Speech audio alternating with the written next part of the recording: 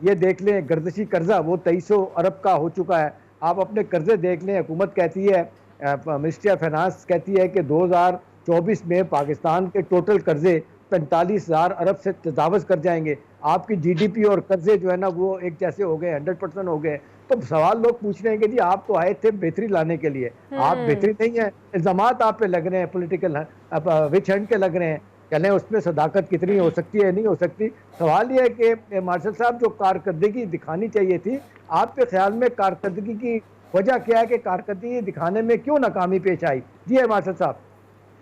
دیکھیں کارکردگی تو دو بنیادوں پر ہے نا, ان کا تو جو ایجنڈا تھا وہ تھا ہی دو بنیادوں پہ, ایک تو کرپشن اور احتساب, اور دوسری ریفارمز. یہ آپ نے بالکل ٹھیک بات کی, تبدیلی ریفارمز ہی میں ہے نا.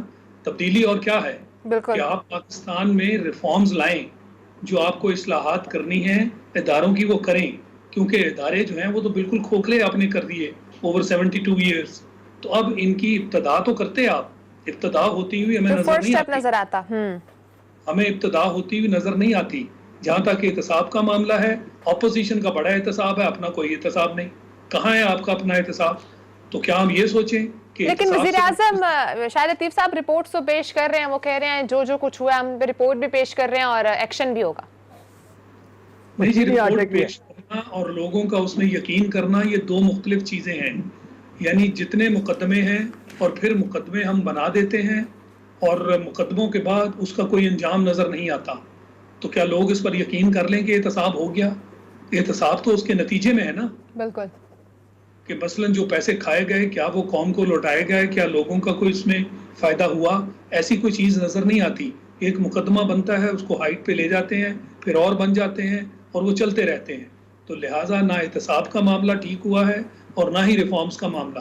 ان کے اپنے جو آئی جی صاحب جن کو یہ NWFP دورانی صاحب کو لائے تھے پنجاب میں پولیس کی ریفارمز کے لیے, وہ چند دن کے بعد استعفیٰ دے کے چلے گئے. ان کا اپنا احتساب جو ہے وہ وہاں پہ کے پی میں اس کے جو انچارج تھے اس کو انہوں نے احتساب کو آپ نے بند کر دیا. تو مقصد یہ ہے کہ آپ کا اپنا احتساب بھی نہیں چلا, آپ کے اپنے لوگ بلکہ جو دوسرے تھے ان کا بھی احتساب نتیجہ تک نہیں آپ لے کر گئے, اور جو ریفارمز تھی وہ کہیں دور دور نظر نہیں آ رہی. تو یہ تو پالیٹکس ہے, یہ تو بس باتیں ہیں نا, وہ دوسرے بھی باتوں کے ذریعے کام کر کے چلے گئے. آج ان کے اصل جو کرتوت ہیں وہ سامنے آ رہے ہیں, آپ بھی باتیں کر رہے ہیں, کوئی نتیجہ کوئی اس کا منطقی جو ہے انجام نہیں ہوا. شاہد صاحب آپ سے بھی اور احتشام صاحب آپ سے بھی, دونوں سے میرا ایک سوال ہے. احتشام سے پہلے آپ بتائیے گا کہ بیان دے دیا ہے فواد چودھری صاحب نے, اب حکومت کس طرح سے اس کو کور کرے گی؟ کور کرنے کے لیے کیا ان کے پاس کوئی لاجک, کوئی پوائنٹ, کوئی آرگومنٹ ہے؟ دیکھیں کور کرنے کے لیے تو آپ دیکھ لیں کہ ان کے وزراء تواتر کے ساتھ یہ کہہ رہے ہیں کہ جی ہماری پارٹی کے اندر اختلاف رائے بہت زیادہ ہے, لیکن ہم سب سے زیادہ جمہوری پارٹی ہیں. یہی باتیں پیپلز پارٹی کے لوگ بھی PMLN کے بھی کرتے ہیں کہ جب اختلافی باتیں ان کے سامنے آتی ہیں, ایک دوسرے کے خلاف بیان آتے ہیں, تو اس وقت یہی کہا جاتا ہے جی خواجہ آصف صاحب تو کہتے ہیں کہ جی جتنی جمہوریت PMLN میں کہیں بھی نہیں ہے. وہ خاص طور پہ جب حمزہ اور مریم صاحبہ کے اختلافات آتے ہیں سامنے, نواز شریف صاحب کے اور شہباز شریف صاحب کے آتے ہیں, ان کے بیانیے کی بات آتی ہے, یہی بات بلاول بھٹو زرداری کہتے ہیں کہ وہ تو کہتے ہیں ہماری تو ایک نظریاتی پارٹی ہے, ہم تو اختلافات جو ہے وہ جمہوریت کا حسن ہوتا ہے.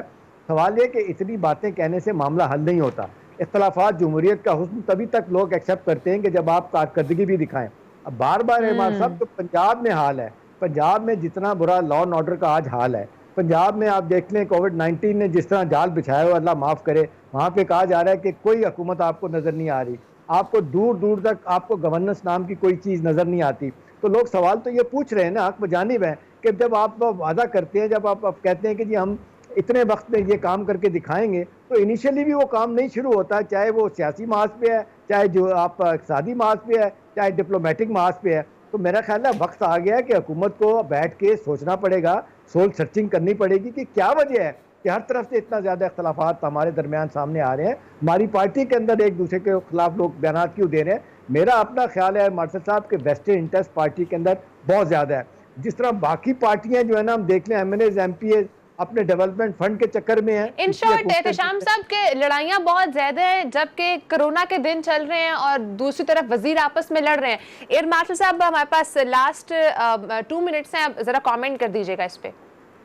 جی بالکل، جہاں تک آپ کے آپس کے تعلقات ہیں، جب کوآپریشن اور کوآرڈینیشن نہیں ہے، آپ ایک پیج پہ نہیں ہیں، کہتے تو ہیں ہم سب ایک پیج پر ہیں، پر ایک پیج پر آپ کو دکھانا پڑے گا نا کہ آپ سب کی باتیں ایک جیسی ہوں، اختلافات جو ہیں اور جو ایک دوسرے کے خلاف تنقید ہے وہ ختم ہو، تنقید کریں، آپس میں کریں، اس کو ٹھیک کرنے کے لیے کریں، پر یہ تنقید کہ جس میں دوسروں کو آپ پبلک میں تنقید برائے اصلاح ہونی چاہیے، بالکل. تو آپس میں کریں. اس کا مقصد، تنقید کا مقصد برائے اصلاح ہے، تنقید کا مقصد برائے تنقید نہیں ہے، اس کا علاج بھی ہونا چاہیے، سلوشن ہو. تو یعنی آپ کا قبلہ درست نہیں ہے. کیا یہ منطق تھا جس کے تحت آپ نے پاور لی تھی اور لوگوں نے آپ پر یقین کیا تھا؟ ایسا نہیں ہے. یہی تو تبدیلی ہے جو ہم دیکھنا چاہتے تھے، مگر تبدیلیاں اس طرح کی نظر نہیں آئیں. تبدیلی کے نام پر، احتساب کے نام پر، ریفارمز کے نام پر آپ آئے تھے، نہ وہ تبدیلی نظر آئی ہے، نہ وہ احتساب نظر آیا ہے. یہی تو آپ کا ایجنڈا تھا. تو جب آپ اپنا ایجنڈا پورا نہیں کر ٹھیک رہے، ہے، ایجنڈا پورا نہیں ہوا، وقت ختم ہو چکا ہے اس وقت ہمارا. آپ نے اپنا وقت دیا، بہت شکریہ. تنقید ضرور کرے، جمہوریت کا حسن ہے، پارٹی کے اندر جمہوریت کا تبھی پتہ چلتا ہے جب اختلافات سامنے آتے ہیں، لیکن تنقید کرے، لیکن تنقید برائے اصلاح ہونی چاہیے، تنقید برائے تنقید نہیں ہونی چاہیے. پروگرام کا وقت ختم ہو چکا ہے، انشاءاللہ کل پھر حاضر ہوں گے. اپنا بہت سارا خیال رکھیے گا. اللہ حافظ.